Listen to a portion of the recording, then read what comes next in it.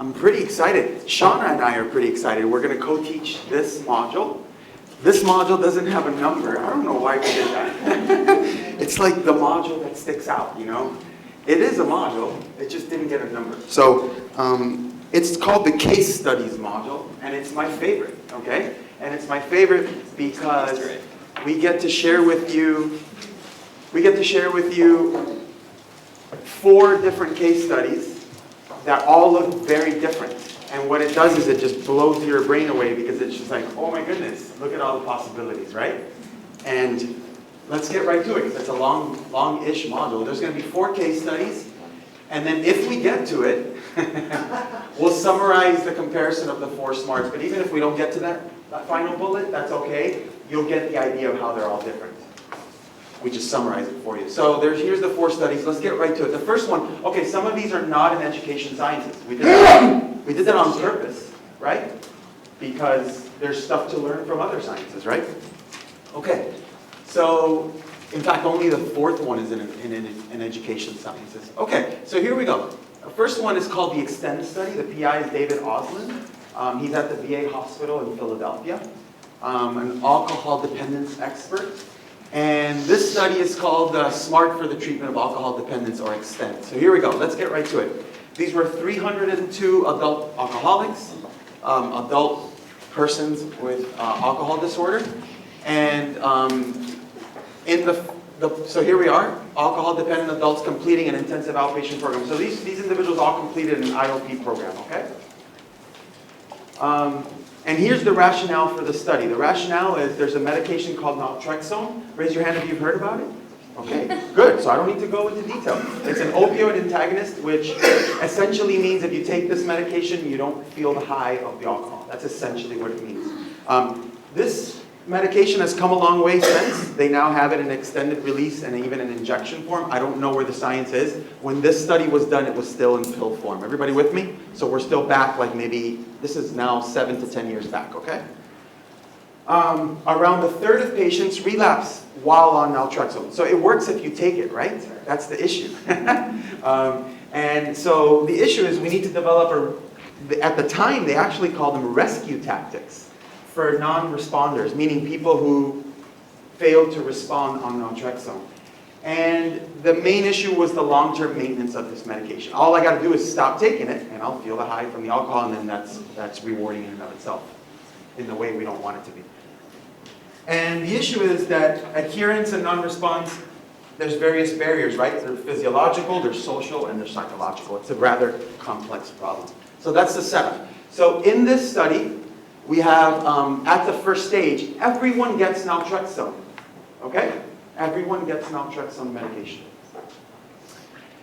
At the second stage, we have non-responders and responders, and I'm going to talk about what that means in a second, okay? What happens is, so let me just go through the intervention options. If you're a responder, it's really interesting, the whole issue of response, non-response, I'm going to get to that later.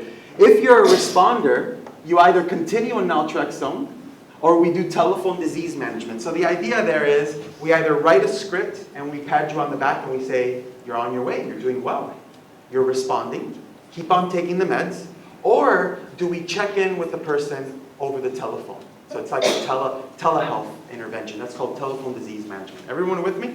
And the thing I haven't told you yet is that when I say first stage naltrexone, it isn't just, we know better than to just write a script and off you go. In fact, during the first stage, it's write a script and do medical management of the pharmacotherapy. Everybody with me? So we're checking in with them constantly, weekly actually, I'm going to get to that, about taking the medication and how they're doing. Everybody with me?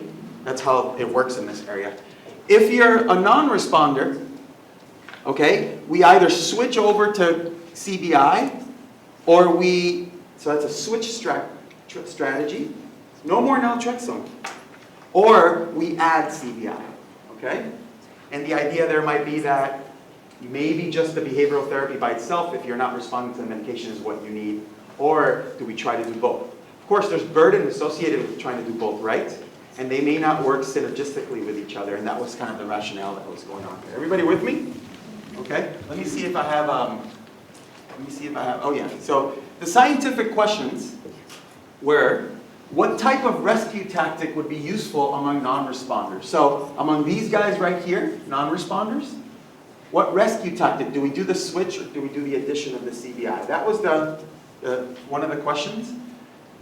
The second one was, what type of maintenance tactic would be useful among responders, right? Do we need the telephone disease management or not to continue keeping them on that response trajectory? Everybody with me? And I love this third question, so if you're falling asleep, wake up right now. What extent of drinking behavior best reflects non-response? Gosh, read that again. Because really what that's all about is, how do I monitor for non-response? Isn't that totally cool? So let me see if I have a slide on this. I do have a slide on this.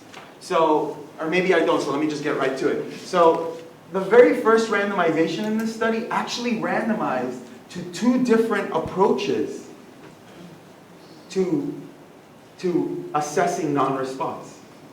Okay?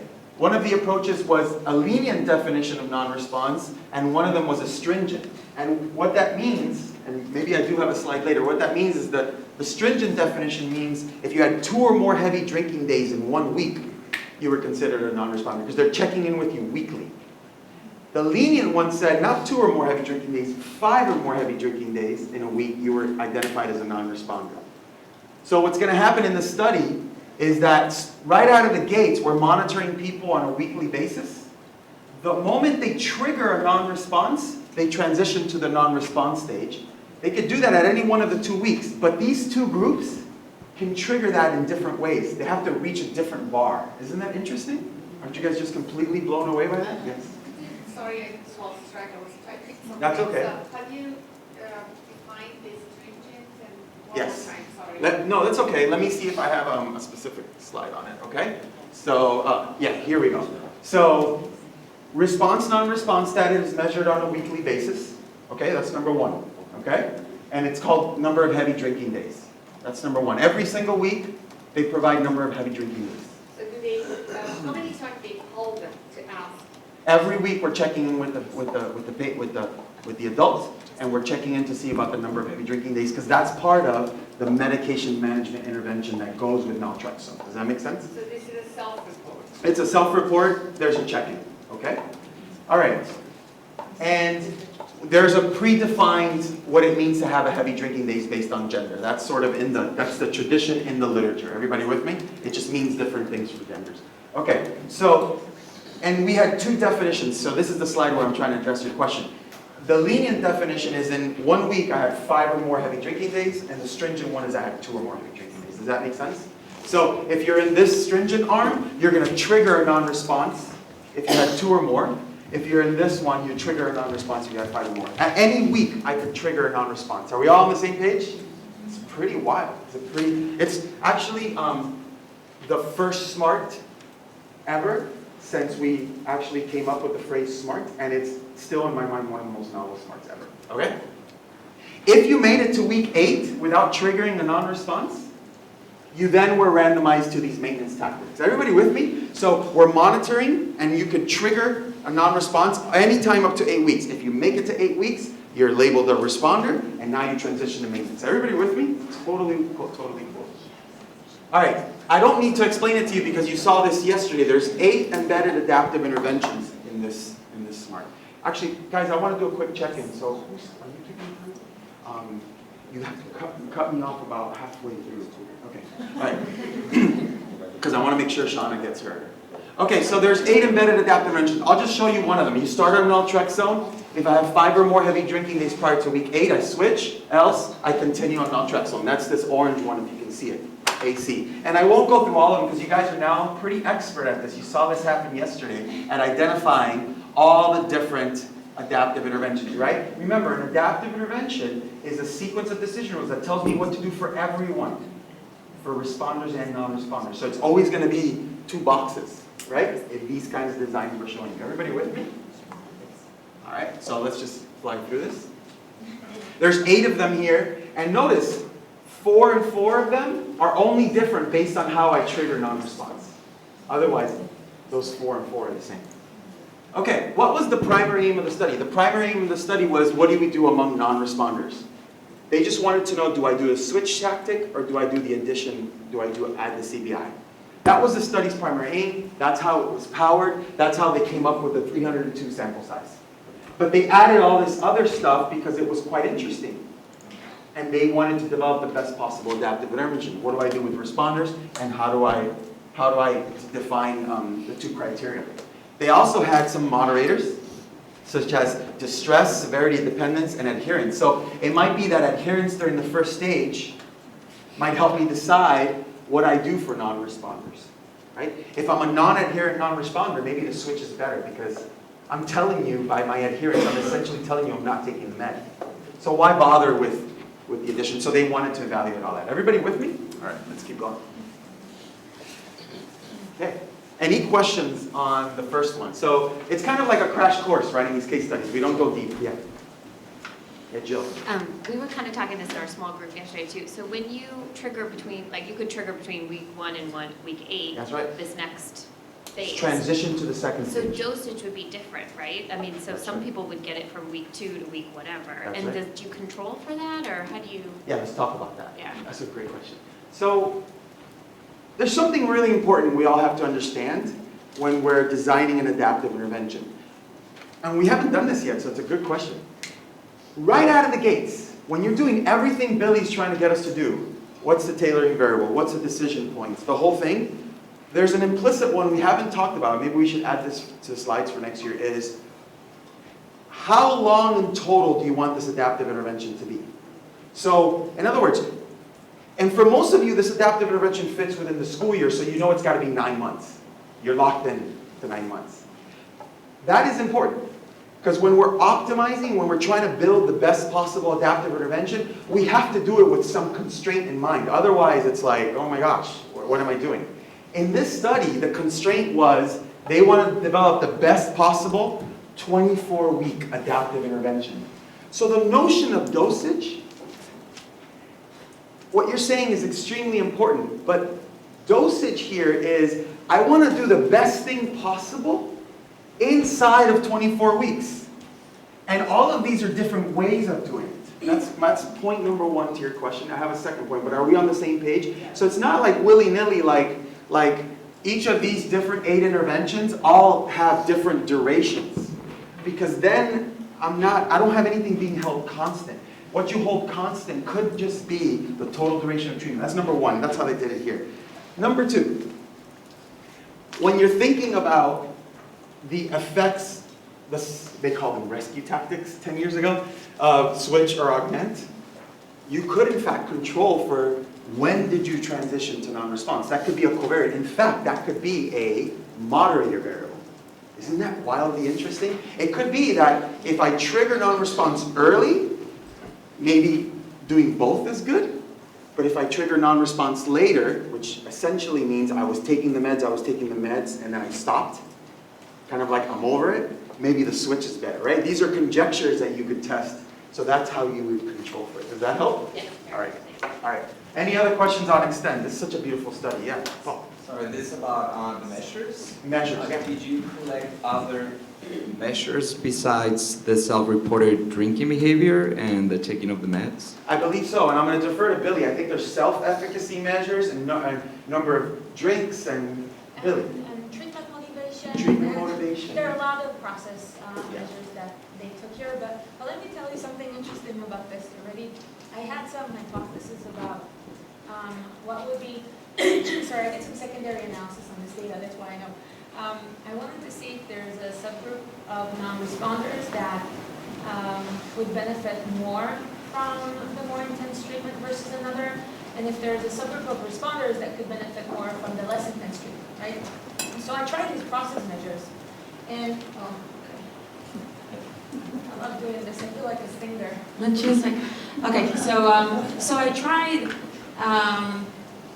tried these process measures, and they were not useful as tailoring variables, but what I found useful as a tailoring variable is what kind of drinker are you, right? Okay, so Right. here's how it goes.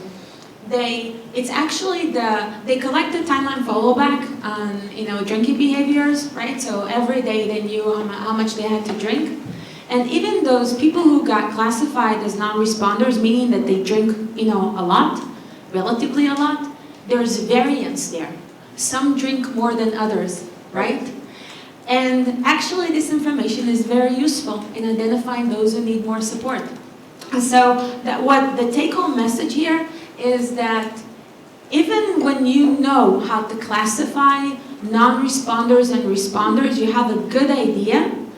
Sometimes even within the measure that you use to operationalize response versus non-response, even there's some variation that you can investigate some further. Does that make sense to you, what I'm saying? Right? Because remember, they use information about whether or not you had 2 or more or 5 or more heavy drinking days, but to classify responders and non-responders. But even within the non-responders, having 5 or more, some of them had 5, some of them had 10, right?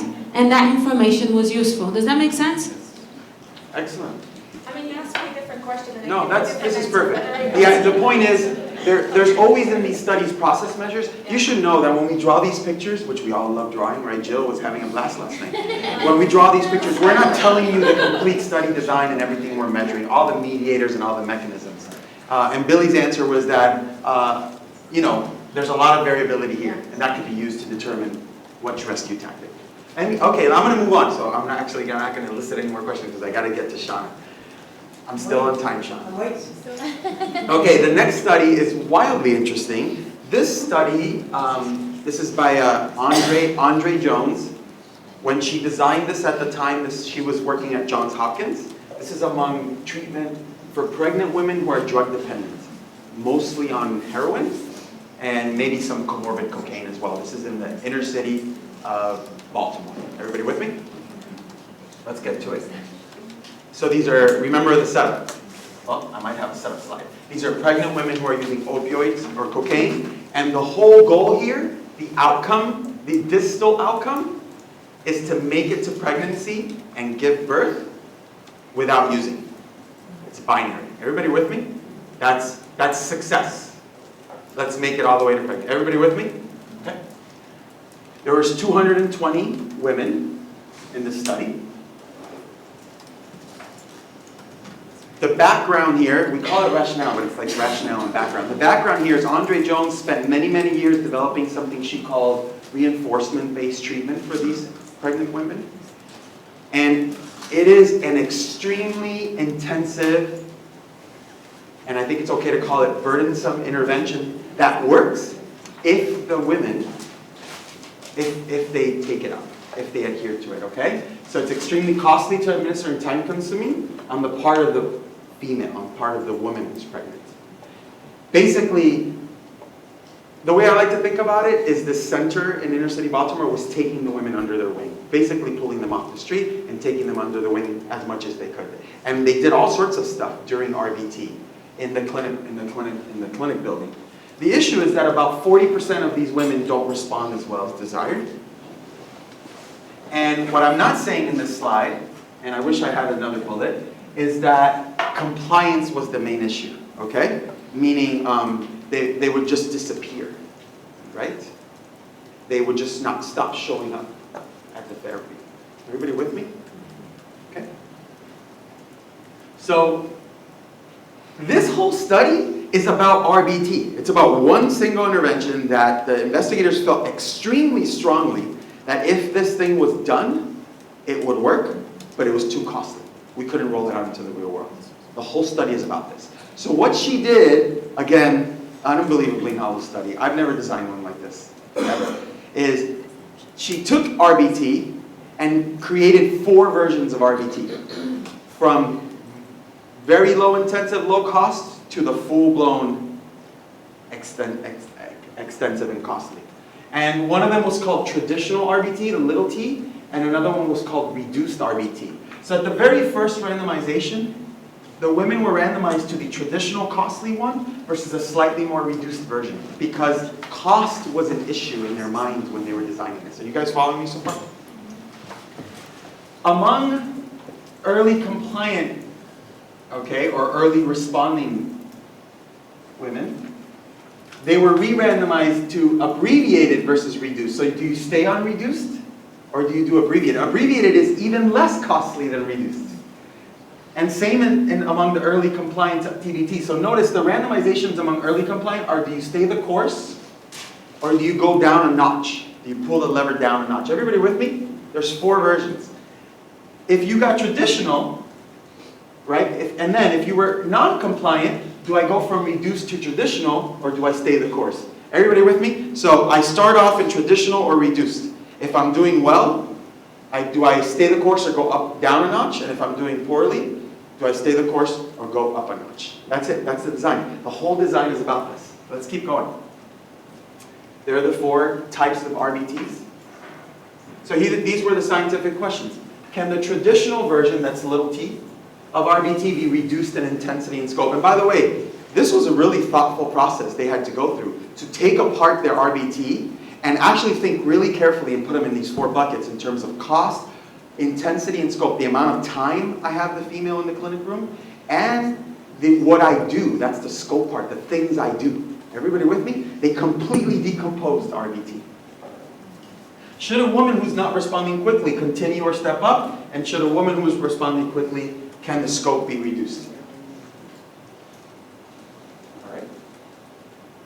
Early compliance. I want to slow down here, and if you're falling asleep, wake up. All right? Early compliance. This is wildly cool the way early compliance is defined here. It was based on these 3 things: self-reported drug use, urine test results, and intervention day attendance. Notice adherence is part of that. Showing up to therapy is part of that. Isn't that wildly interesting? As well as, if I showed up, was I using drugs? So, ready? A woman was identified as non-compliant if she missed an intervention day without an excuse. Of course, you can miss with excuses, right? No problem, right? You know, I have to take my, my other son, my older son somewhere, right?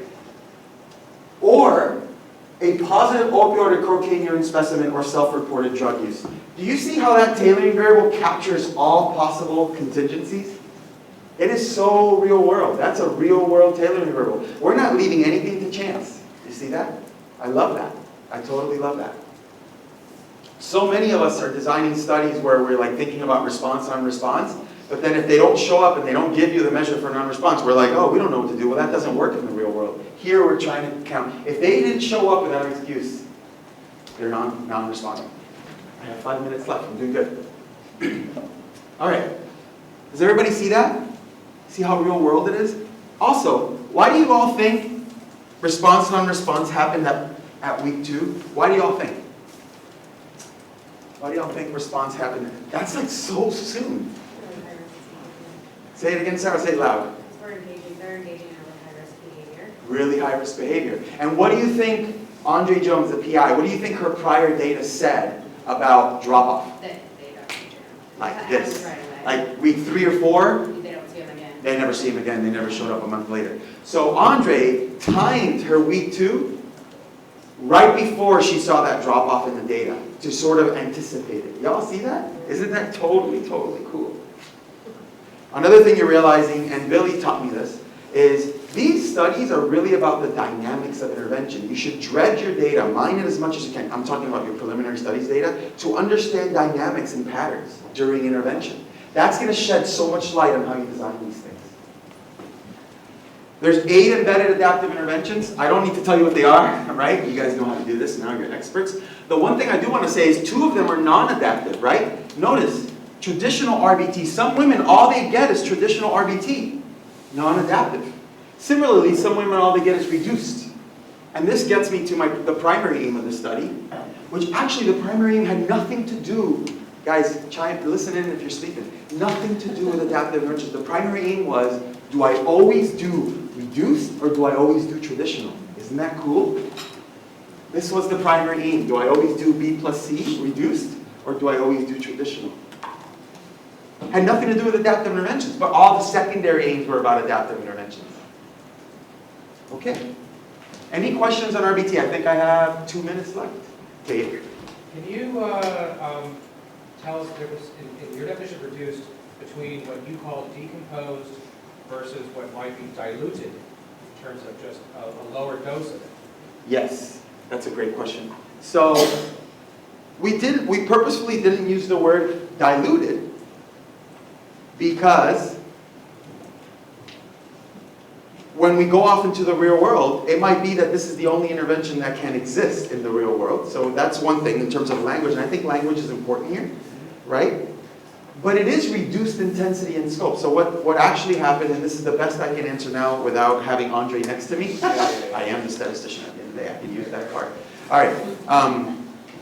The intensity of the intervention, meaning the number of hours spent in clinic, was down. That's the intensity.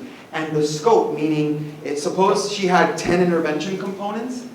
One of them might be like, map out your barriers to drinking. So some of them might be motivational interviewing kind of principles. Some of them might be, anticipating the future. Whatever all those 10 components were, and I'm pretending like there were 10, some of them were cut off. And she made these hard decisions about what components to do and not do. But she prioritized the 10. She did. As opposed to the I think so. traditional sequence, she Yes. prioritized. Yes, I think so. I think she absolutely did that. So, and I wish Andre was here. In previous workshops, we have invited her. So when she came up with the lowest abbreviated reduce, I think the very core components were probably part of that. The ones she felt were the most important. I agree with that. Any other questions about this? I have 60 seconds left before I turn over to Sean. So your brain should be like, wow, I can't believe this, right? Like, oh my God, the sky's the limit, right? Okay, all right, Sean. All right. So I actually get to talk about, well, two other really cool smarts, but they're also extra cool because they're like sort of local, right? So I've actually got one. Oh, you got one authorized. So the next one I'm going to talk about is actually one of Billy's smarts. And then the last one I'll talk about is the one Danny and I are currently working on right now, which is school-based. So Billy, of course, can correct me if I misrepresent anything in the next study. But this is the weight loss smart. We don't have a cool name for it yet, do we, Billy? The weight loss smart. The weight loss smart. It's the weight loss smart. And Billy also gets credit for this funny cartoon here. Okay, so this is a smart that's Billy and Bonnie Spring at Northwestern are co-PIs of. And this is amongst a population of 400 overweight and obese adults who are looking to lose weight. And so the rationale behind this, I think, is really cool. We all know that there's lots of M-Health tools that are out there right now, right? And we know that they can be really effective, and we know that for certain people, and we know that they're very low cost, they're very easy to scale, things like that, right? You can go to the Apple Store, right, and download whatever app you want to. But there's a lot of questions. Yeah, Lisa? You might want to explain M-Health. I'm not sure if everybody in the audience. We all know what M-Health is? No. Mobile health? Electronic health? So, How about Lisa explains? yeah, Lisa, go for it. Why not? So just really quickly, somebody asked me yesterday. So mobile health is using mobile and other sensors to collect data, and then you can also intervene because you have ongoing monitoring, and you can intervene in real time. And it can be as simple as an app that you download on your phone, right? That gives you support for tracking your food or your weight or whatever, right? And so there are big questions, though, about how we might want to integrate, right, M-Health tools, which can, again, be low cost, easy to access, with more traditional ways of supporting weight loss, right? And so the rationale behind this SMART was to try to figure out how to better understand the heterogeneity in response to M-Health weight loss apps, and then also how to best integrate those with more traditional tools of weight loss promotion that might be more intensive and more expensive. So here are our intervention options. In the first stage, everybody is going to get an app, right? And this is just an app that you can download on your phone, and it's going to encourage you to track your food and also to track your weight, right? Half of the sample is also going to get coaching. And this was telephone coaching, and I believe it was 12 sessions with a coach where they would sort of give you some traditional advice about, try to motivate you and give you encouragement for your weight loss efforts. For the second stage non-responders, right, which we're going to be re-randomizing, there were again two further treatment options. One of them was to add text messaging, right? So add on some supportive, what we call push messages, right? So it's no longer you going into the app every time you want to look at something. We're now going to actually send you messages actively that say, hey, you're doing such a great job, or remember to track your weight today, or remember to eat healthy today, or things like that. Or we're going to give you text messaging plus a more traditional component. And that traditional component is actually going to depend on what you got in that first stage. Right? So if you didn't get coaching in the first stage, we're now going to give you coaching as your traditional component. If you did get coaching, we're going to now add on meal replacement, right? Which we don't have to go into meal replacement, but it's a pretty heavy-handed, pretty expensive strategy for encouraging weight loss. And for our second stage responders, right? If it ain't broken, don't fix it. So we're just going to continue. So the scientific questions, there were two big scientific questions motivating this. The first question is actually really interesting, right? Because notice how this question is worded. The question says, is the app alone non-inferior to the app plus coaching? Now what's different about that question? The non-inferiority part. Did anybody really think that the app is actually going to outperform the app plus coaching? Probably not, right? But there is an open question about whether or not the app does basically just as well as the app plus coaching. And why might that be a really important question? Yeah, efficiency, right? If the app is doing basically just as well as the app plus coaching, and it's a lot cheaper and it's a lot easier to get people to go to the app store and download it rather than having to be compliant with a coach, organize phone sessions, etc., then maybe we should just go with that, right? And the second question is about the best augmentation tactic for non-responders, right? Is it okay to just step them up kind of a little bit and give them that text messaging support? Or do we need to actually go with a more vigorous augmentation strategy that gives them more support? Yeah, Billy. I want to say something about non-inferiority already and equivalence. Okay, I'm listening again. Okay, so when I looked at you all's, some of you, not everybody, your designs, it looks like many of your smarts are motivated by scientific questions or actually can be framed as non-inferiority because you're comparing less intense and more intense interventions.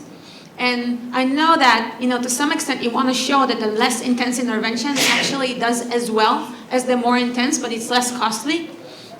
So Jackie and I talked about this, and she's going to talk about this at the last day, but I think part of the reason why you're here and we're all here is because you're the reviewers of the future, right? And one of the issue with non-inferiority and equivalence is that, sometimes reviewers see it and they get kind of like, they're not familiar with it. And we have all kinds of misconceptions, myself included, right, about the sample size that you need in order to test non-inferiority and equivalence.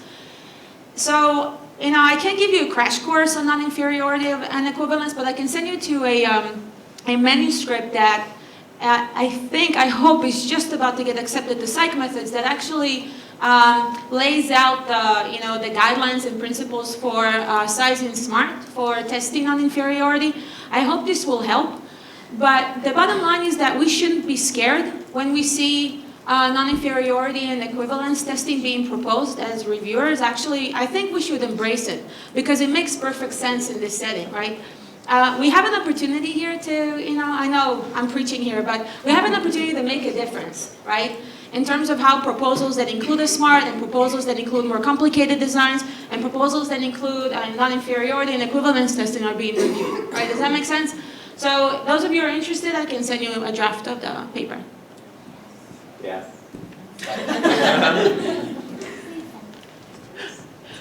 Okay, great. So those were our two scientific questions, right? The first one was about the first randomization, the app versus app plus coaching. The second one is about what we do with non-responders. All right, the embedded tailoring variable was again a response, non-response variable. And the idea here was that people are monitored and their weight is assessed at weeks 2, 4, and 8. And at any one of those 3 time points, someone can be considered a non-responder and can transition to that second stage. And the cutoff there for non-response was as soon as the individual's weight loss is less than ½ a pound on average per week. Right? So as soon as you fall below that threshold, you are then considered a non-responder, and that triggers the second stage.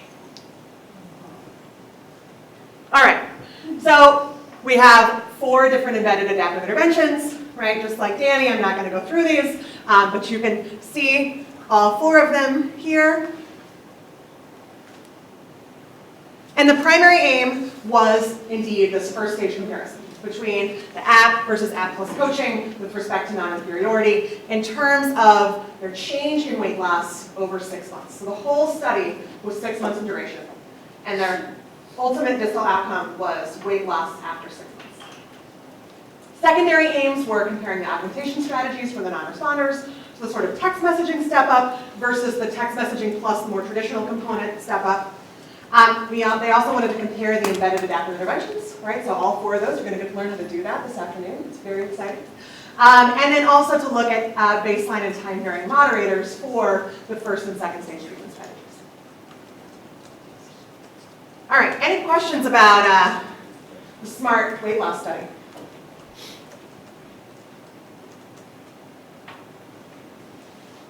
Nothing. It's a simple study. It's a simple study. I guess so. I guess. All right, great. So our last one is ASIC, which stands for the Adaptive School-Based Implementation of CBT. And this is a study, the PI of this is Amy Kilborn. Danny and I are also co-investigators on the study. The study is currently in the field, so don't wait another 12 months before you ask me hard questions. So the study is a little bit different because this is a clustered SMART, right? And what do I mean by that? Well, I mean every randomization that happens in this study is at the school level. And the reason for that is because what we are trying to develop here is an adaptive implementation intervention, right? So background, we are working with a group called TRAILS, which is essentially a service delivery organization that developed a really cool version of cognitive behavioral therapy. Do you guys, most of you know what cognitive behavioral therapy is? So it's psychosocial treatment for kids with anxiety and depression. Lots and lots of studies that have shown it's effective. And more recently, it's been shown that school professionals, school counselors, school psychologists, school nurses can actually be trained to deliver this in a school setting, right? And I'm sure many of you are aware that there is a huge gap in terms of access for mental health care for adolescents. And so this can be a nice way of sort of getting over some of those barriers to access and care, is by offering CBT in schools for students. The problem, of course, is that they need to get access, right, to the training and the materials that they need. And so TRAILS has spent the last 5 years developing these materials, a specific set of CBT modules, as well as training for school professionals in CBT. And they also developed a coaching method, right, where they actually pair school professionals with a community-based mental health expert in CBT who will actually come to the school and deliver CBT to student groups with them, right? And at the time that we started working with TRAILS, they had done this in about 40 schools across the state of Michigan to very, very positive results, right? Which was great. But we were looking to expand much wider than that, right? And we also understood that there's a couple of problems with trying to scale out that particular coaching model. One is we actually didn't know whether or not it was more effective than not having a coach. We also didn't know whether everybody needed a coach. And then I am also an implementation scientist that focuses a lot on organizational barriers.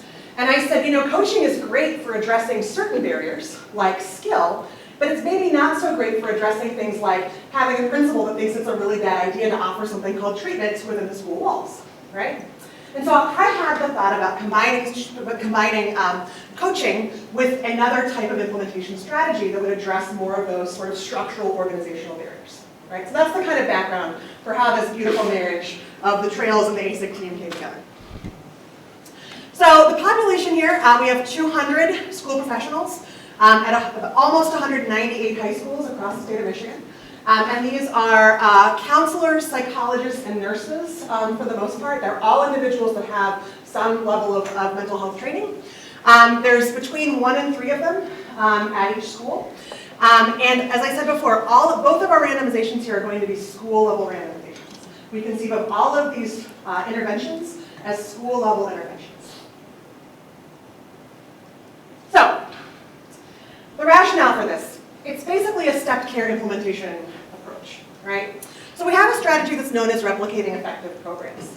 Replicating effective programs was developed by the CDC to help with implementing back in the HIV and AIDS crisis in the 80s. And it's basically a pretty simple implementation toolkit. The sort of 3 key components of the implementation phase of REP are, we're going to give you a manual for how to do the intervention, we're going to give you some training, and we're going to give you a phone number that you can call if you have questions afterwards. That's it, right? So if I'm going to go try to implement something, that's kind of like the basic toolkit I'm going to take with me. And we know from our previous studies that actually that can be enough right? Not for everybody, but for some people. And so if that's enough for you, then that's great. That's all we want to give you, right?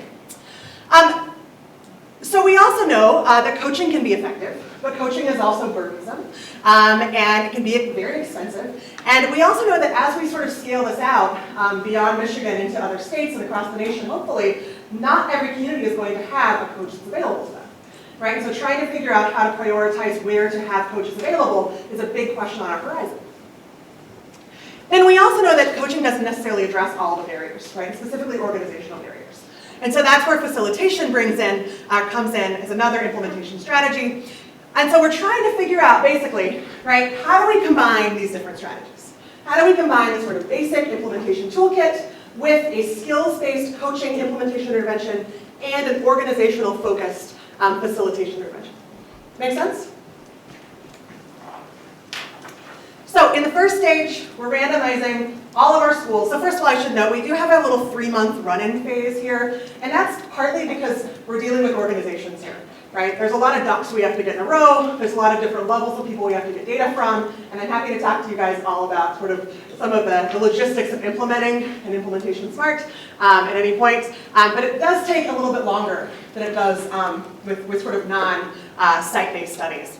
But after this 3-month run-in phase, which sort of ends with our big training for everybody statewide, which we did about 2 months ago, we then randomize everybody to either rep, right, continue with rep, they're not getting anything other than what they've already been getting for the last 3 months, which is basically at this point that phone number, a monthly newsletter, etc.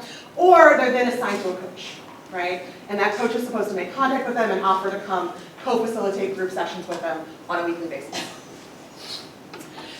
Then after 2 months, right, so we give them 2 months, then we're going to evaluate eligibility for facilitation. So notice I'm not calling it response, non-response here, right? And there's a reason for that. It's because we don't really, what we're really not interested in here is evaluating how well they're doing. What we really want to know is whether or not we think they could benefit from facilitation at this particular point, right? I'll talk about what that means in just a minute. But basically, for a second stage, for people that we feel like could potentially benefit from facilitation, we're then going to re-randomize them to either not get facilitation, continue with what they have, or then add on facilitation. And our second stage responders, again, we're just going to let them keep doing what they're doing. So our scientific questions. First of all, does rep plus coaching outperform rep alone, right? So that first stage randomization, do they actually see improvement when they add that coach? How does adding facilitation enhance the effectiveness of rep with or without coaching? And then finally, what moderates the effectiveness of coaching and facilitation augmentations to rep? And I should say here, because I don't think I've said this before, facilitation in this case is really just sort of a strategic expert that also knows CBT that's calling you up, right? Asking you sort of what problems you're encountering. So it's a much cheaper strategy to scale out than coaching is, right? Which is a one-on-one, in-person, at this point, model. So our embedded tailoring variable. Like I said here, what we wanted to do here was not necessarily assess response, but rather assess the extent to which we thought they might be able to benefit from facilitation as an additional strategy. Anybody want to guess why we didn't offer facilitation as a first stage strategy?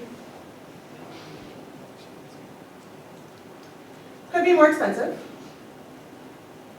Anybody else want to guess? Everyone would have asked for it. Everybody would have asked for it. Yes, and oftentimes you don't necessarily know what barriers you're going to have to implementing something until you try to implement it.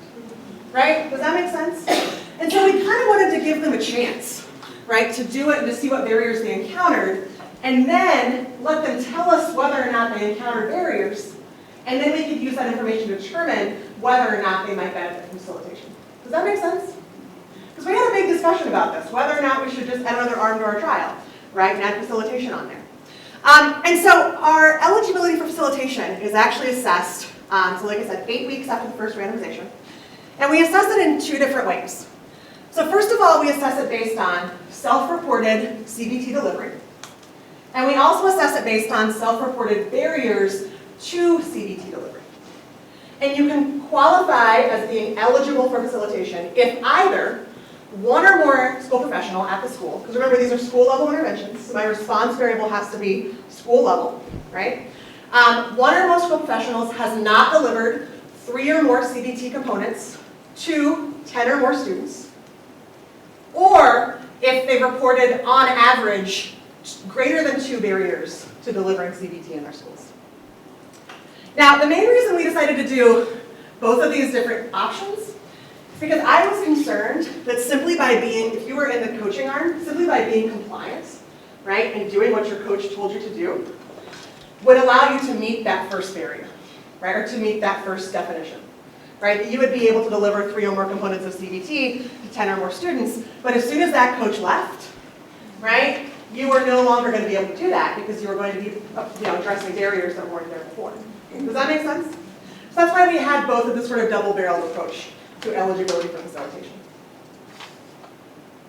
All right, so how many embedded interventions do I have in this particular SMART?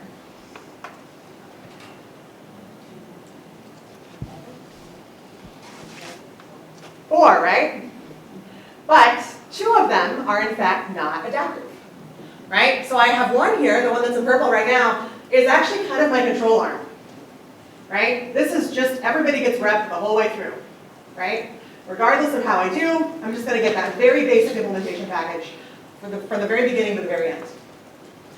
Then I get a facilitation of that for my eligible people. I have rep plus coaching for everybody, right? So again, not adaptive, everybody gets rep plus coaching the whole way through. Or I then have my sort of, Cadillac package, right? Which is the, everybody gets rep plus coaching, and then those that need it also get facilitation. So primary aim here was actually to compare that Cadillac package, right, with my basic model, right, my Kia model, right? So the sort of rep only package, right? We're in Detroit, we got to talk cars, right? And so that was my primary aim, was to compare those 2 different embedded adaptive interventions.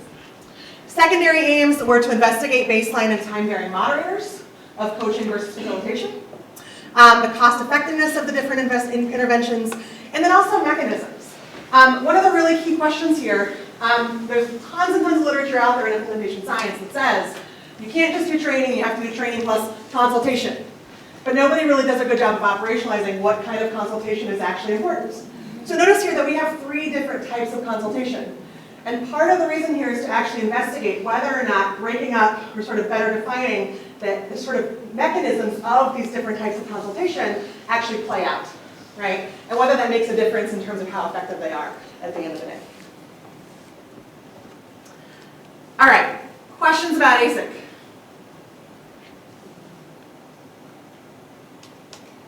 Really? So Shauna, can I ask a question? Yeah. Would you consider this? Oh God. Would you? I love this. Would you consider this a 2-stage?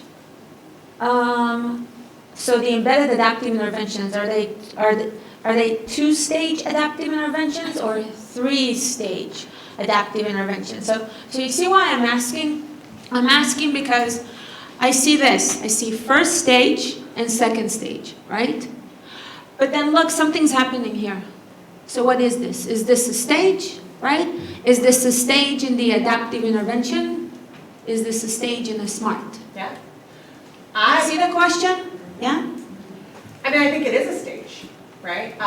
It's because everybody has to get that sort of initial run-in kind of introduction to what this whole thing is about. And they also all have to get training, right? So one thing that I will note is that, we don't see a lot of dropout during this period, but we do see some dropout, right? I mean, some of the sort of most egregious non-implementers, you might call them, are the people that never made it to training, right? And so, obviously they never actually make it into the study, right? They never get randomized. And so we can't really say anything in our results about those people, right? Because they drop out of the study before they ever get into the study. Does that make sense?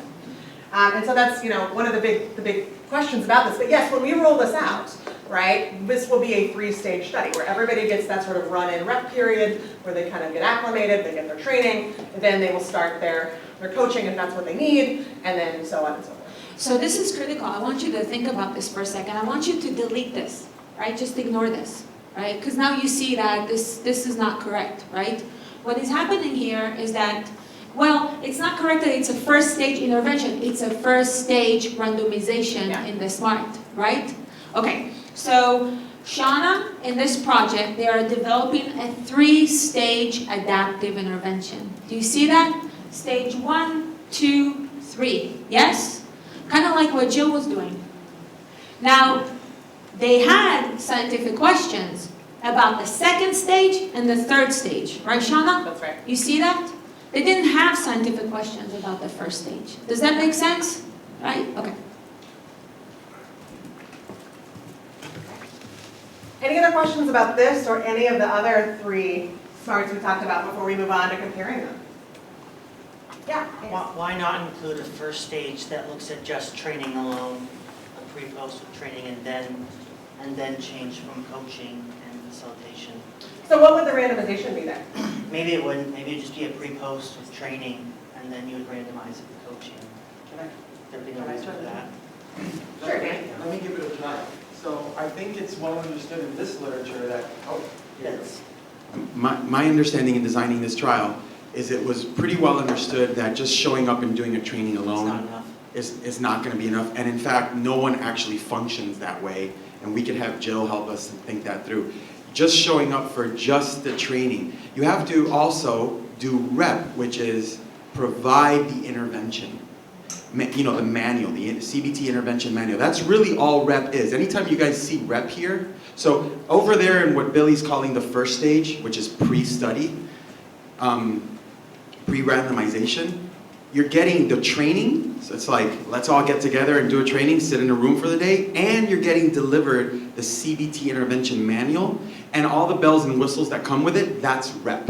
And there's some very light touch resources you can access as a part of REP. And in fact, in this study, that is a so-called usual care, because in this study, some schools, all they ever get is training and REP. Just realize REP is a very light touch thing. It's, you know what I'm trying to say? Yeah. And it's not something you can take away. Once you do the training and you do REP, that's it, it's there. And that's why you see REP always all the way through. And then the scientific questions were about, do I augment this low touch thing with coaching and with facilitation? Does that help a little that bit? makes sense, yeah. All right, great. So let's spend our last few minutes. 5 minutes. All right, we've got 5 minutes to do our little summary comparison here. Right, so let's talk about these 4 different smarts in comparison to one another. So we'll look at this comparison along 4 different dimensions. So which subgroups were randomized multiple times in these different smarts? When did the re-randomization happen? What types of scientific questions were these smarts designed to answer? And then what was the primary aim, right? Remember that our implication for this question is that we're going to size our study, right, based on that primary aim, based on what that comparison is going to be. So which subgroups are randomized multiple times? For ASIC and for the SMART weight loss study, it was all non-responders, but only non-responders, right? So it was only the non-responders that got re-randomized, trying to figure out what to do with the people that aren't responding to that first stage treatment. In Extend and RBT, on the other hand, both responders and non-responders got re-randomized, right? So we're trying to figure out both what to do with people that do well and don't do well with that first stage treatment. Timing of re-randomization. So in 3 of our studies, we actually had a fixed point in time, right? So at Extend, only for our responders, right? In Extend, if you reach week 8 and you had not met your non-response definition, right, then you got re-randomized, right? So for the responders in Extend, there was a fixed point in time that re-randomization happened. Same thing with ASIC, right? All of our schools, or our non-responders get re-randomized at month 5, or 8 weeks after the first randomization. And then in RBT, again, everybody gets re-randomized at week 2.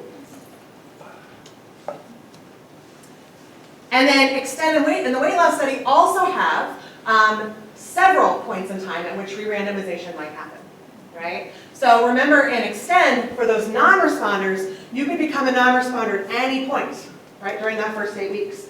As soon as you meet your definition for non-response, you're going to trigger that second stage randomization. And then for the weight loss study, we have 3 different points that you can become a non-responder. Week 2, week 4, and week 8. Scientific questions. The weight loss study was looking at which treatment to provide first and what to provide second. Right? How to integrate that mHealth app with other more traditional components. For Extend, we were looking at both what sort of rescue intervention to provide, as well as that really cool question about how we best define non-response. And then ASIC and RBT, we're really looking at sort of more intensive versus less intensive versions of support. Right? Primary aim.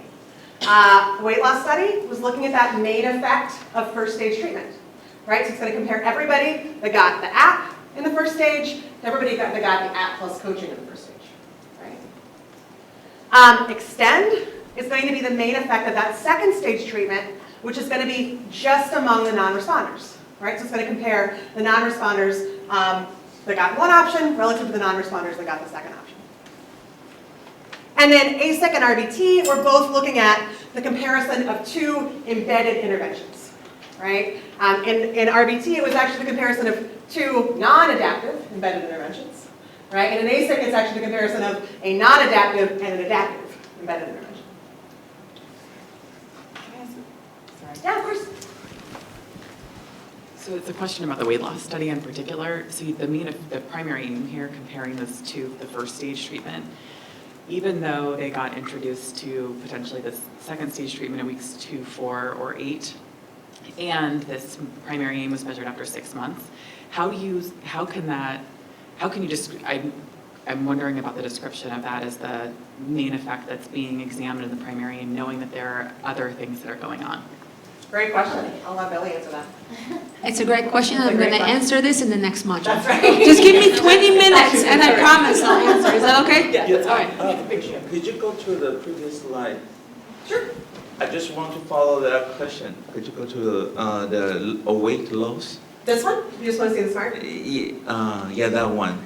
Because I have the same question. Because I'm a statistician, so when I try to address this question, the main primary aim analysis, right? And I probably will exclude the condition C and F, and just compare A, B average and D average.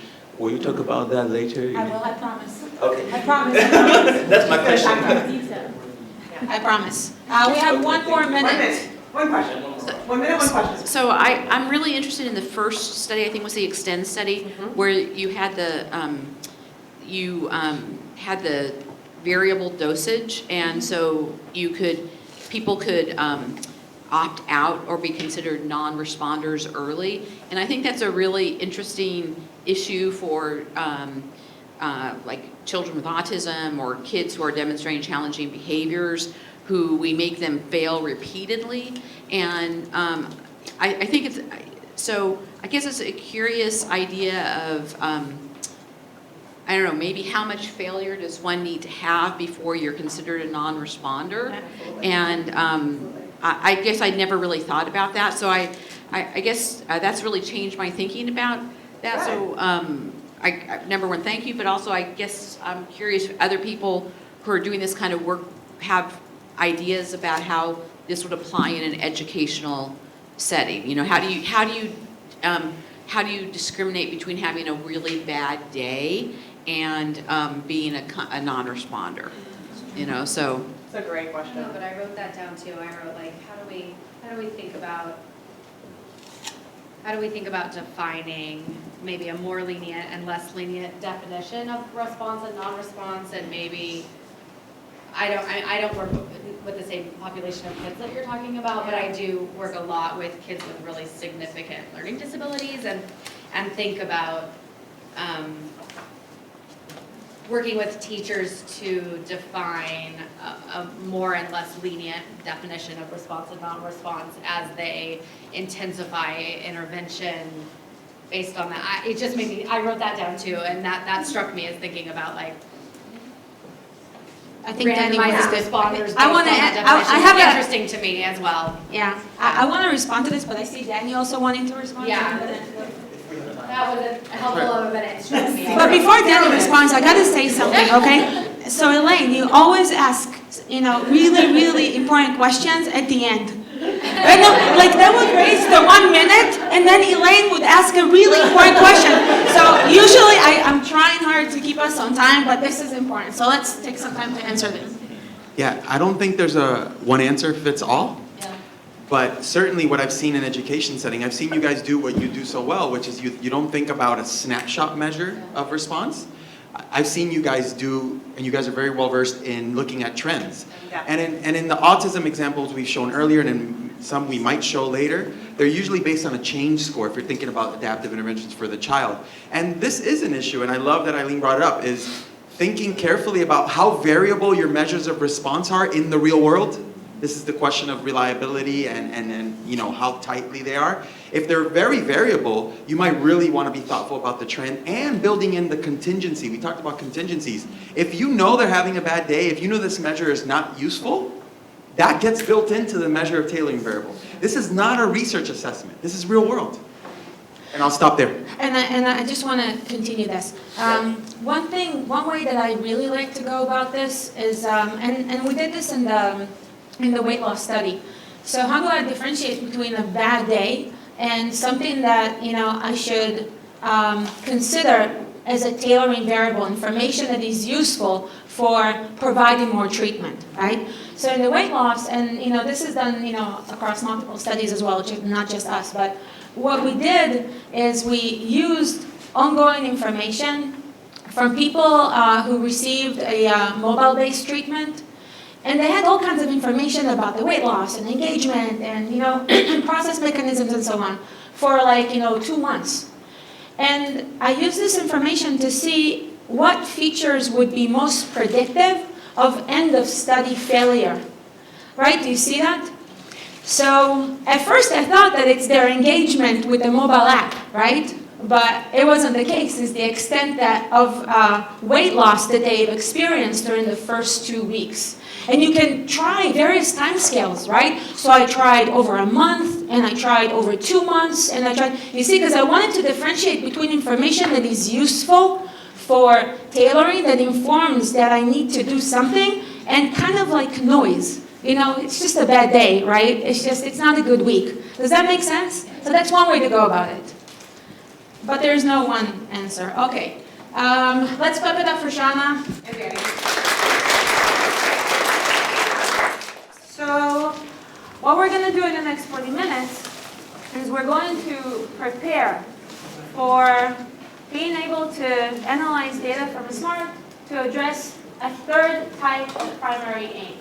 So again, we're put in the hat of a scientist who designed a SMART with the primary aim, with the goal to compare embedded adaptive interventions. 2 adaptive interventions that are embedded in the trial by design.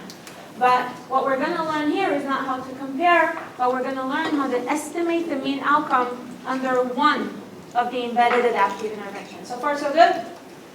Okay.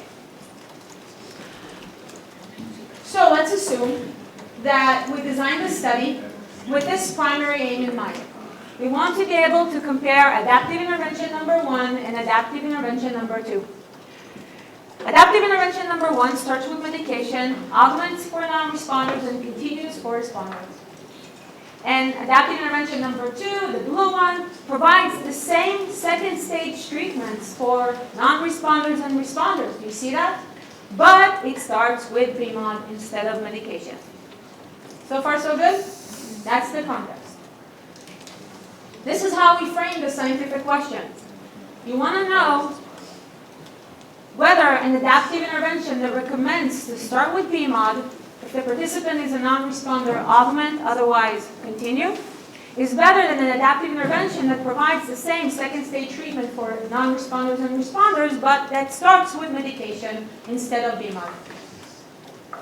And of course, you always have to specify your primary outcome. Here, it's school performance at the end of the school year. Make sense? Now you already know that this comes down to comparing participants in boxes A and B. these participants are consistent with adaptive intervention number 1. You see that? Start with medication, continue for responders, augment for non-responders. 2, participants in cells or boxes D and E, because these participants in boxes D and E are consistent with adaptive intervention number 2 that recommends that we start with BMOD, continue for responders, and augment for non-responders. We're all on the same page? Yeah.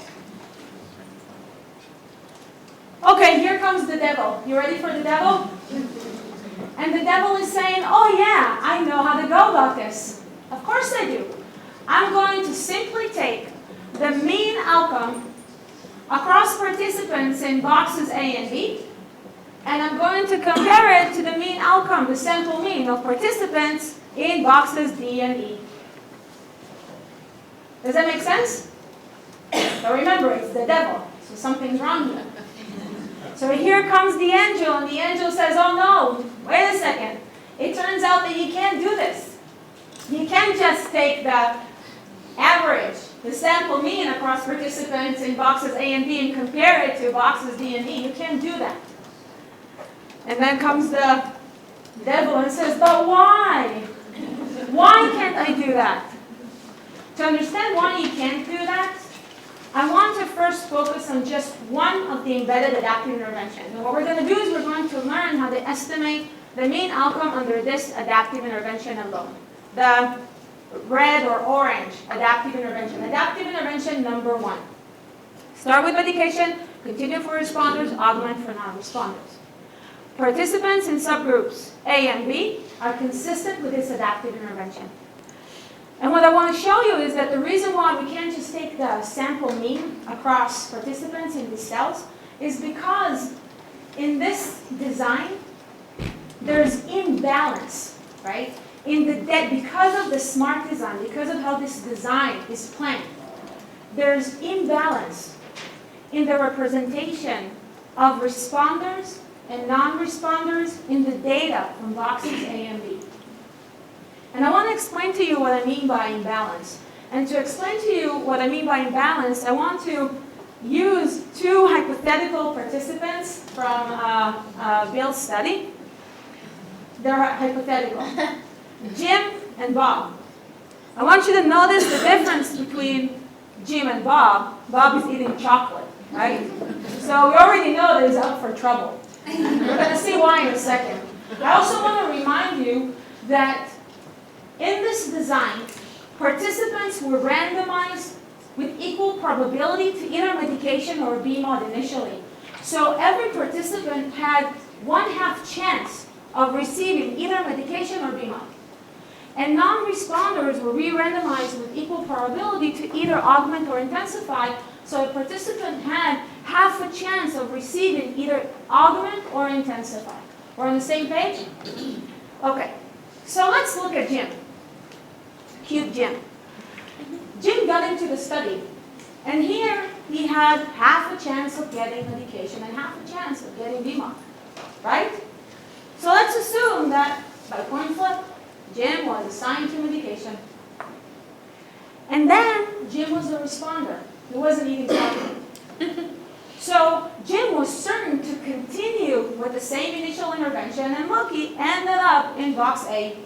He ended up in this adaptive intervention. Yeah?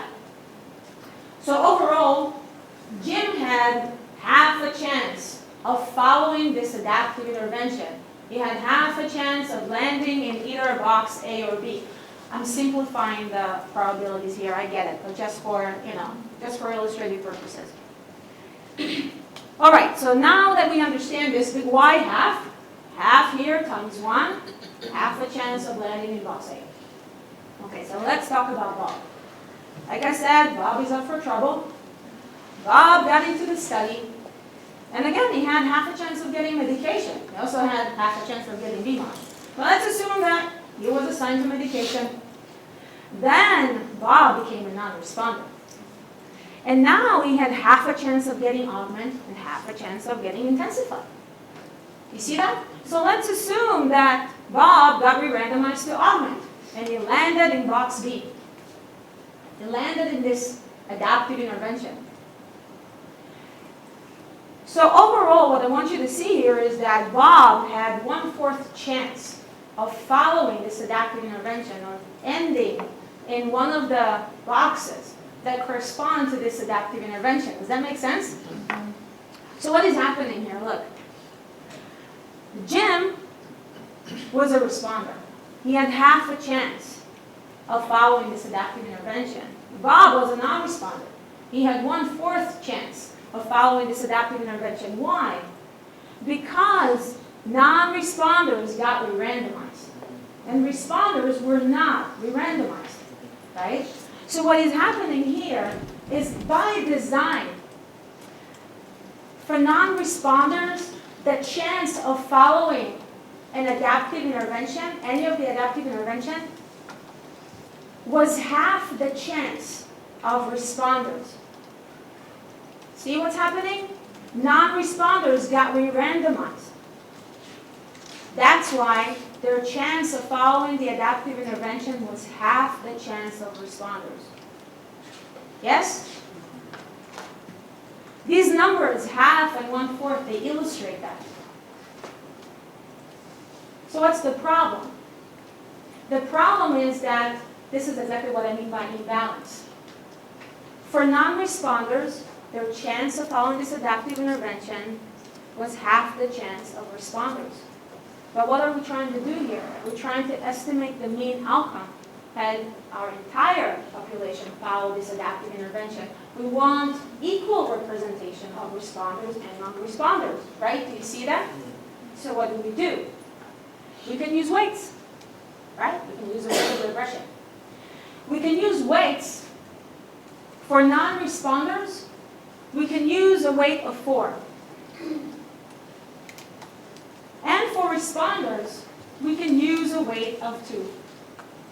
Essentially, we give non-responders a weight that is twice the weight of responders, right? Because non-responders have half the chance of responders to being assigned to this adaptive intervention. So just hold on. If responders had half a chance, by giving them a weight of 2, I get a 1.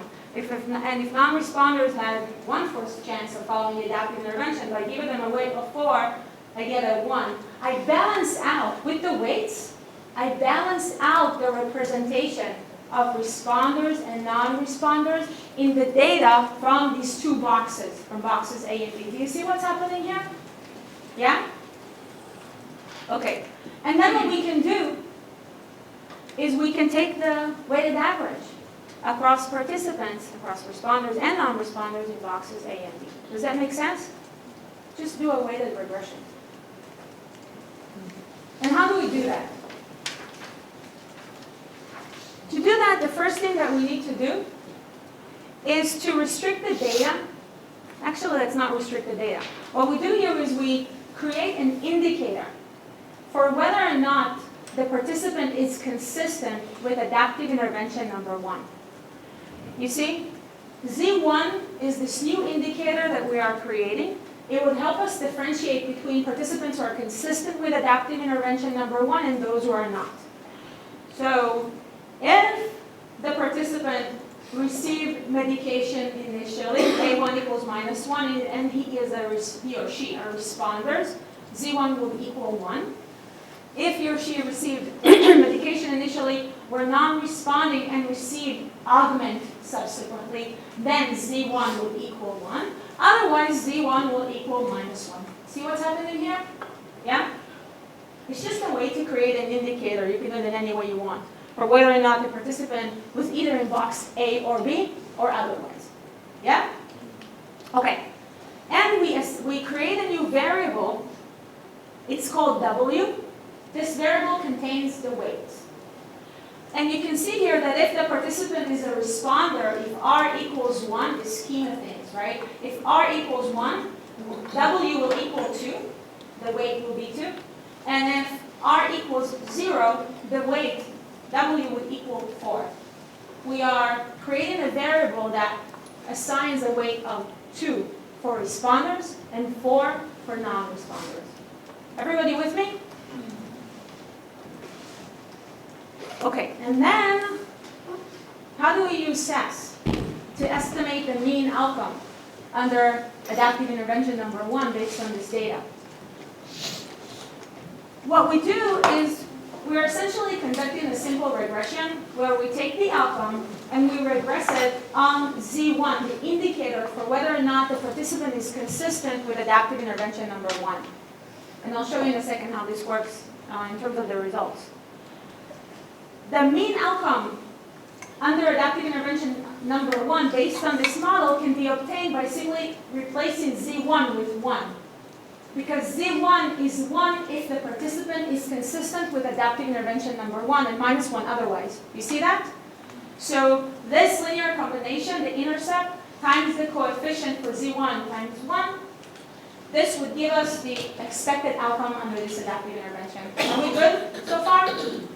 Okay, and this is the code that you will need to use in SAS. So let's go through this.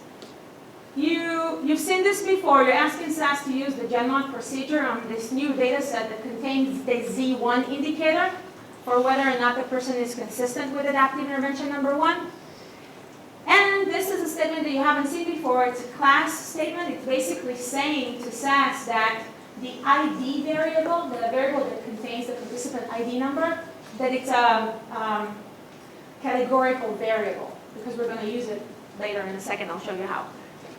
And then you're asking SAS to fit the following model, take the outcome, regress it on Z1, and to conduct a weighted regression, right? This is what you're telling him. And the weight is contained in the variable that is called W. This is where we put the weights, right? Okay. Let's ignore this statement for a second.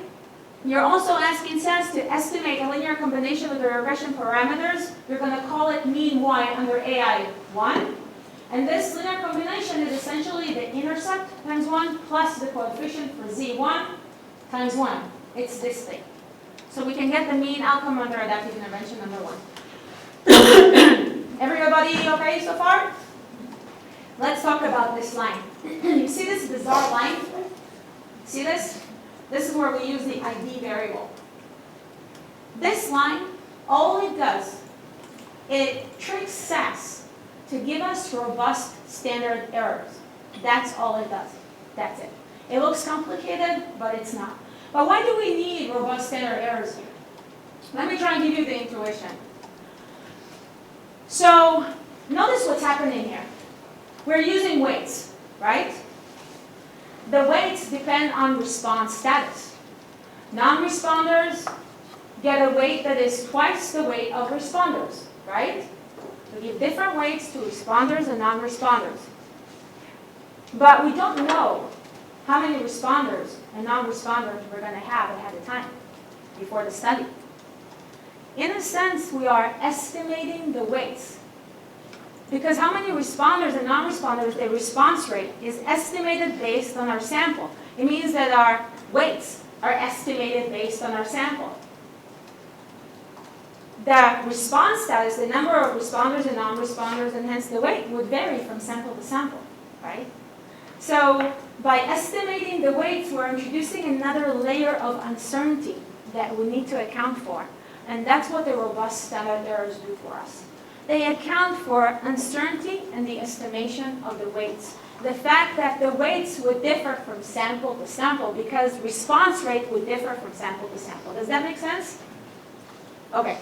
There's a more formal explanation to those of you who are interested in more details. It's in the, I think at the end there's a list of references, and the psychomethods paper, the first one I believe, contains the formal justification for using robust standard errors. So if you're interested and you have time, feel free to look at it. And if not, just take my word for it. All right. So what would the results look like? You're going to go through this with Nick. We don't care much about this, but we do care about this. This is the mean outcome under adaptive intervention number 1. That's the mean. Well, here's a p-value. So what would the p-value tell you here? What do you think? Just to make sure you're not sleeping. Yeah. What do you think? That's the mean outcome under the adaptive intervention number 1. It's the estimated mean outcome. This is a test for, you know, whether or not this mean is different from 0. Do we care about it? I don't think so. But anyway, it's here. Okay. Questions so far about estimating the mean outcome under a single embedded adaptive intervention?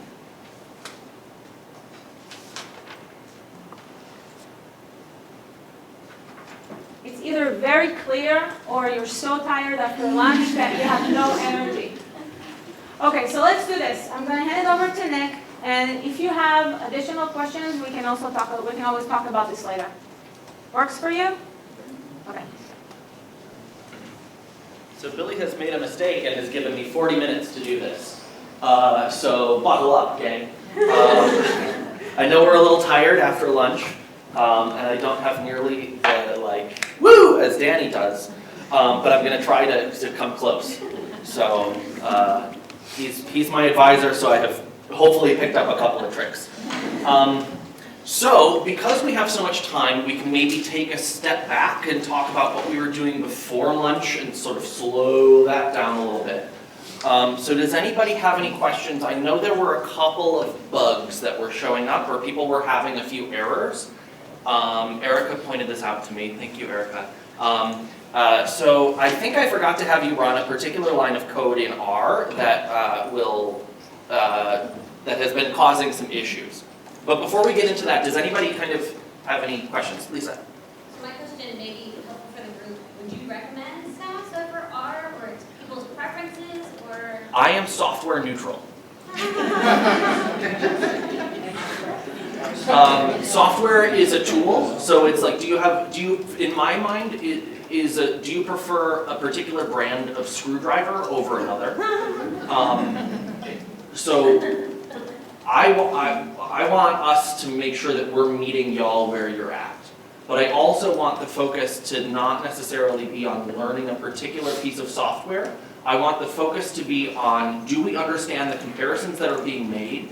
And can we kind of walk out of here thinking that this is machinery that I could use, or it's machinery that I can tell my quant person to use? And is this something that if my quant person would get back to me with the results, can I actually interpret them? Yes, right.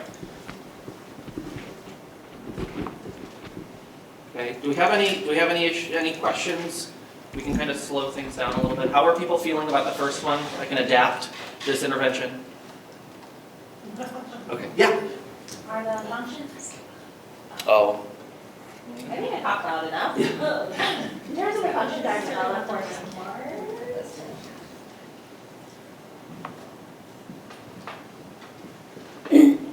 So in terms of the functions that are developed for SMART, is it more developed in SAS or R? So, like the add-ons? Oh, sure. And moving forward? So everything that we're doing and everything that we're going to show you over the course of this workshop, except for one little thing on Thursday, is pure. It's just stock on-the-box software. Mm-hmm. What we're doing is we're using existing tools in R, in SAS, to do these analyses. So the analyses... I agree. For the G models, it's equivalent for SAS and R. Yes. But I'm talking about add-ons. Right. So the add-ons, I mean, it sort of depends. So everything. So with Q-learning, the things that we want to get out of Q-learning and the things that we've had you install for Q-learning so far, actually, maybe John can speak to this a little better in terms of the development of like software for SAS versus R. I'm not really connected to that. Okay, yeah. There's no, I mean, okay, so this is just my story, right? My story is that I'm a SAS user, so the first, I think, procedures were written in, for SAS, but then many other, highly savvy students who use R develop much more sophisticated and I would say robust code. So there's no story here, to be really honest with you. It's just, this is not like, some procedures, I get it. I get what you're saying. Like some of the procedures, like you're thinking, they were developed, specifically for M+, or in the context of M+, and this is where you can conduct them, and that's the only place, and that's not like that. It's not like that. One of the things that I like about what is done here is that it's not a black box. You know, it's just describing the analysis, and at the end of the day, you can use any software to do this. I think so. Yeah, thank you, that's a great question. Is there anything else that anybody wants to talk about before we kind of dive back into this? So let me ask you a question though. So how many of you actually tried and succeeded in implementing the analysis for the first and second aim? It's not bad. How many of you tried and did not succeed? Oh, okay. So can you talk to us a little bit? What challenges did you have when you tried to implement it? Are you okay with this, Nick? Can we Yeah, talk about absolutely. this? Yeah. I have like 10 lines of code to run for this whole Do you thing. want so- to So those I are. couldn't add the plugins that I wanted earlier. For R? Yes. Yeah, Yeah. I think there's something happening with a firewall. Yeah, it's something you can't install because of the network. Yeah, uh-huh. Are y'all on mGuest? Yeah, I'm guessing. Okay, That's probably why. yeah. So there's another wireless network that you might be able to try called Eduroam, EDUROAM. And you can log in with your home credentials, but Michael's also having problems with this. So I guess my recommendation will be to, if we can soldier on for a little bit, and then maybe hotel Wi-Fi? Using some different network, so like at a Starbucks or something like that. I don't know why this is not a problem that I anticipated. Yeah, me neither.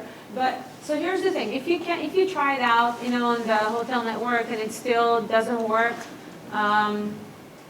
then, you know, this is something that you can try out when you get back to your universities and see if this works for you.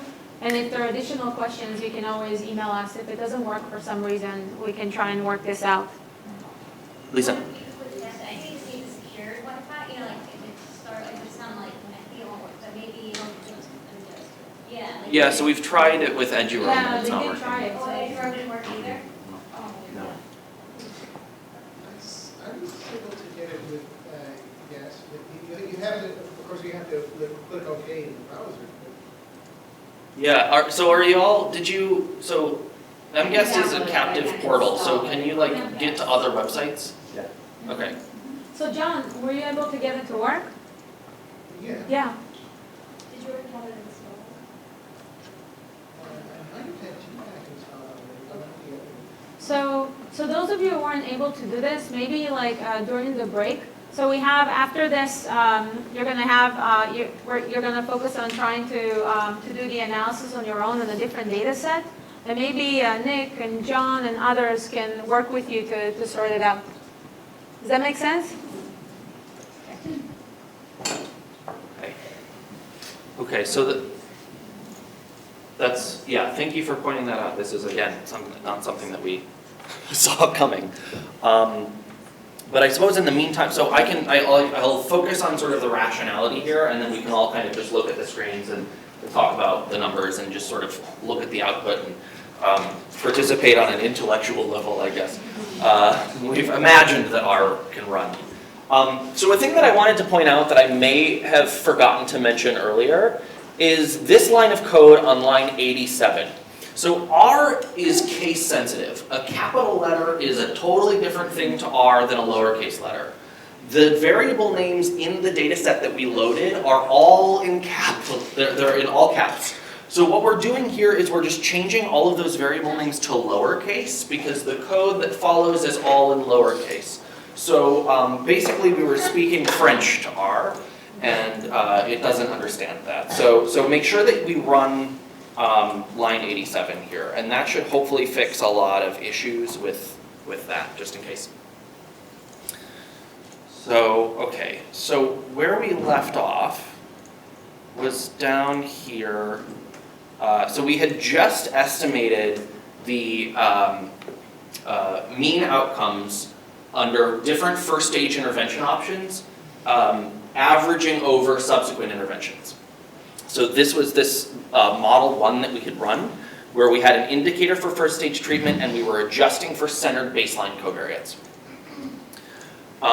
So we saw in SAS that we could also carry out a similar analysis using a t-test, and in SAS that was done with proc t-test. In R, there's a function called t.test. So we can run this. Here, there's a little bit of notation happening here. So this with function, again, tells R to use the ADHD data set, and we put a comma and we put the code that we want to run. So we're running a t.test, and now the arguments to t.test are the two vectors, or the two data sets that we want to compare.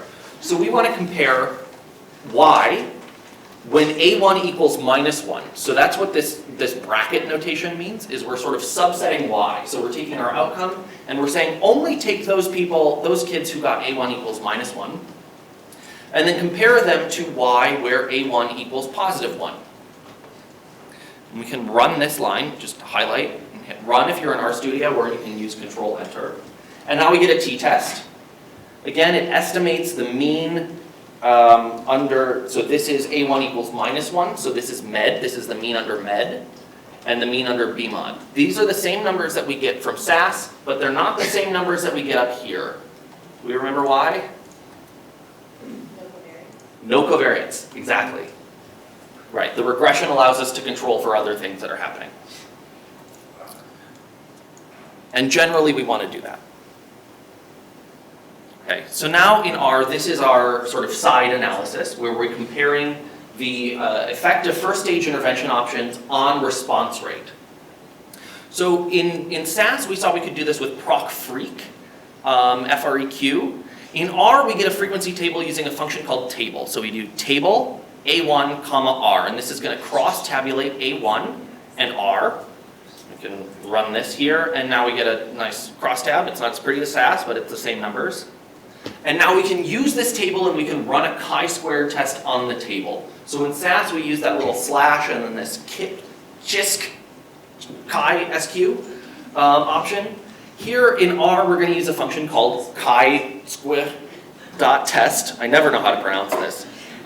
And the argument to chisk chi-square.test, we'll just, we all know what I'm saying, is this table. So we give chi-squared.test a frequency table, and it will perform the chi-squared test on that. So we can highlight this, and we can compare this p-value to our SAS output, and it should match. Okay, so that's a chi-squared test. Is there a difference in the effect of first stage intervention option on response? No. Is this useful in constructing an adaptive intervention? Yay? Nay? I have taught undergrads at 8:30 a.m. on a Friday, remember? And we got plenty of time here, so I'm happy to wait. Okay, so I'm interested, so this analysis is saying, does BMOD create more responders than med? Does this help me build a sequence of interventions that adapts to the changing needs of an individual over time? No, it doesn't, because it's ignoring what's happening in the second stage. So previously, we were not ignoring, we were adjusting for the fact that we have done things in the future. Now we're cutting that off, and we're only looking at something that's short term. So this is not particularly useful. Okay, so now we've seen the main effect of first stage options and this side analysis. So now starting on line 185, we can look at the main effect of second stage intervention options. Well, before I get into this, does anybody have any questions about what's going on here? Yeah? Do you know what's the line on the SPSS syntax for this? So if you're using the SPSS syntax, and Steve can probably speak to this a bit better, so the SPSS files are broken up into one per sort of section. So the main effect of first stage treatments is this module 3a.sps. The main effect of second stage intervention options is module 3b.sps. And then what Billy just talked about after lunch is module 3c. Is that what you were looking for? More specifically, the line or what part of the syntax we're in? Um, have the first two open lines. Okay, yeah, I would recommend that you talk to Steve. What is Steve, the question? what specific part of SPSS does? Yeah, I think, are other people following along in SPSS? What's a part of the syntax that we're looking at right now? Oh, should I see the syntax? Is this for the comparison in terms of response No, no, status? this is. Yeah, Oh, I think so. We're looking at- So are other people following along in SPSS? Yes? Who is? No? Okay. Okay, so I'm just gonna keep going in R if that's okay. Okay, so now remember that when we want to compare second line tactics, so this is intensify versus augment, this is only among non-responders, right? And again, this is just a regression. We're going to use a regression again. So in R, we set this up with this model 2. So we're going to call this model model 2. And the function that we use to fit the model is called GEGLM, just like before. But now the model that we're fitting is slightly different, right? So we're now fitting a model where we're using the indicator for second stage treatment in non-responders, and we're adjusting for all of these baseline covariates. So the model syntax is just what we've seen before, just different covariates. Again, we're including this ID equals ID because of the GEE wants to do repeated measures stuff, but we're not doing repeated measures. We tell it that we're looking for the ADHD data, and now here's the difference. Now we're using a subset argument in GEE-GLM.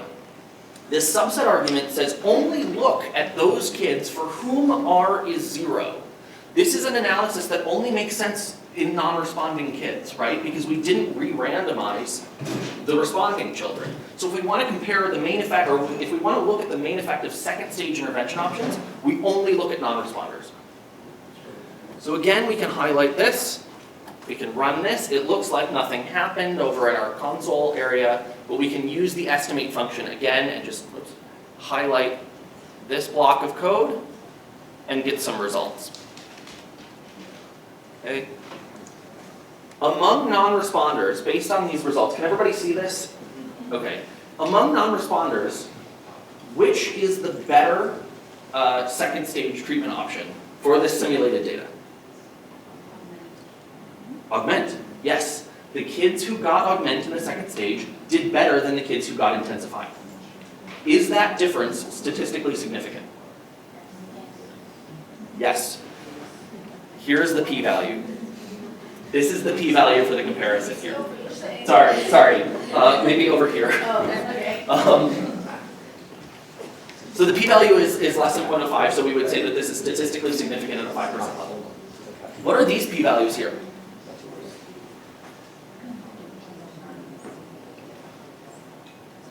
Say that louder. Whether or not the average school performance is significantly different from zero. Yeah. So this p-value is for the test of the null hypothesis that the mean y under intensify is different from 0, or is equal to 0.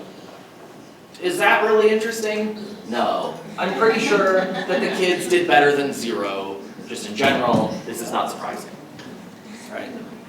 Okay? And just remember, again, with these estimate statements, that in this vector here, we have to explicitly set everything that we don't care about to 0, right? We're explicitly setting all of our mean-centered covariates to 0. This rep here is just shorthand for do 0 6 times. Any questions about that? Is anybody having issues? Okay. So remember that the important thing is not necessarily the code. The important thing is being able to interpret these results and understanding what that means for your science. Okay? Okay. So I'm just going to keep going in R, and we're going to talk about what Billy just talked about, where we're going to estimate the mean outcome under an embedded adaptive intervention. And we're going to start with this first AI, this AI number 1 that she said, which recommends med in the beginning, in the first stage, and then augment for non-responders. This AI is indicated by A1 equals -1, and then among our non-responders, we should have A2 equals -1. Okay? So the first thing that Billy did, if you remember, is to create a new data set that contains an indicator for whether or not that kid was consistent with the adaptive intervention we're interested in studying, right? So this indicator should be 1 when you have a child that is consistent with this adaptive intervention and 0 otherwise. And this is how we're doing that. It's a little terse, I will admit. So what we're doing here is we're starting out by giving everybody -1. We're saying Z1 is -1 for everybody. And now we're going to add 2 if you have A1 equals -1 and A2 is, you're either a responder, which means A2 is not defined, or you were given A2 equals -1. So this is now -1 for all of the kids here. This is not super effective. Should have thought of this. Projectors. Okay, so we start with -1. Everybody gets a -1. Now, if you're a responder, you would have to A1 equals -1. Your A2 is NA. It's missing. It doesn't exist. We didn't re-randomize you, right? If you got A1 equals -1, and you had A2 is -1, we're turning on this +2. So we have -1 + 2 equals 1. It's a little terse. Later on, we'll see it a little less terse. I should have reversed the order of that. I thought I did. Sorry. So we can run this line of code, and now we can get a table. We can use this table function of ADHD Z1, and we can see that 51 kids are consistent with this AI, and 99 are not. Okay. So now we also need to create weights. Remember that by design, there is an imbalance between responders and non-responders consistent with this adaptive intervention. The responders get a weight of 2, the non-responders get a weight of 4. This is because the responders were randomized with probability 1/2 only once, and the non-responders were re-randomized, or were randomized with probability 1/2 twice, right? So here we're saying use this ADHD dataset, create a new variable called W. Give my responders a value of 2. If you work out the algebra a little bit, when R equals 1, this is going to be equal to 2. And when R equals 0, it's going to have a value of 4. So we can run this. Okay? And now we're going to fit another model. We're going to fit that model that Billy saw again, or that Billy showed you, just using ProcGenMod. So here our outcome is Y again, and we're going to regress Y on our indicator for whether or not you're consistent with adaptive intervention 1. Now though we have weights. So to tell GEGLM to use weights, we use the weights argument and we tell them that the weights are equal to W. The rest is exactly the same, right? Your ID is ID, and you're using the ADHD dataset. So we can run this code, and now we can use estimate to get the mean under model 3. And now here there are only 2 parameters in this regression, right? You've got an intercept that's hidden, and Z1. So in our estimate statement, the only numbers that we have to provide are 1 for the intercept and a 1 for Z1. Because when you're consistent with AI1, you get a 1 in Z1. It's a lot of 1s. Okay. What is the mean outcome under adaptive intervention 1? If y'all can read this. I can scroll up.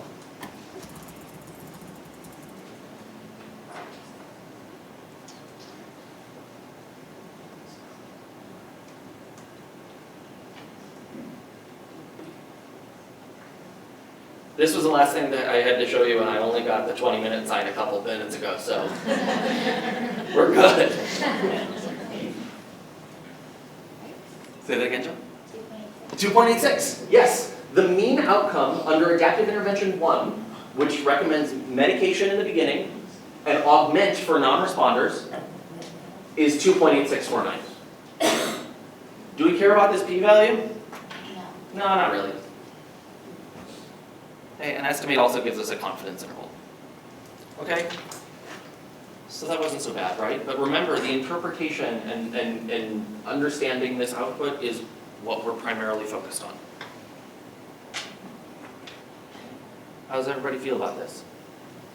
Any questions? Okay. Billy, do we want to use... Yeah, so I think what we're going to do now is, can you hear me? So Nick is going to introduce you to go over the practicum, what you can do to practice these data analysis on a different data set. And then, so, hold on, let me look at that. I want to make sure. Because we're ahead of time, and this is actually okay, this is good. Yeah, so what we're going to do is, after Nick will show you what you need to do in terms of the, to practice the analysis, we're going to be back here at 2:40 to hear Bill Pelham. And, but here's the thing, so these practice exercises for using the data, you can do this in R and you can also do this in SAS. And I think that it's a great opportunity to actually try out the data analysis in a setting where we have our lab members to actually help you out and guide you through this. So I know that it's after lunch and I know that it's not easy. And I know that some of you, you didn't get a chance to try implementing the analysis before, but I highly recommend that you take this opportunity and try it out, even if it's, a bit difficult. But we're more, and all of us were here, we're more than happy to help you. And if this is something that, you're not planning on doing or something that, just does not resonate with you, that's totally okay. And, just take your time and we're going to be back here at 2:40. Does that make sense? Is that okay?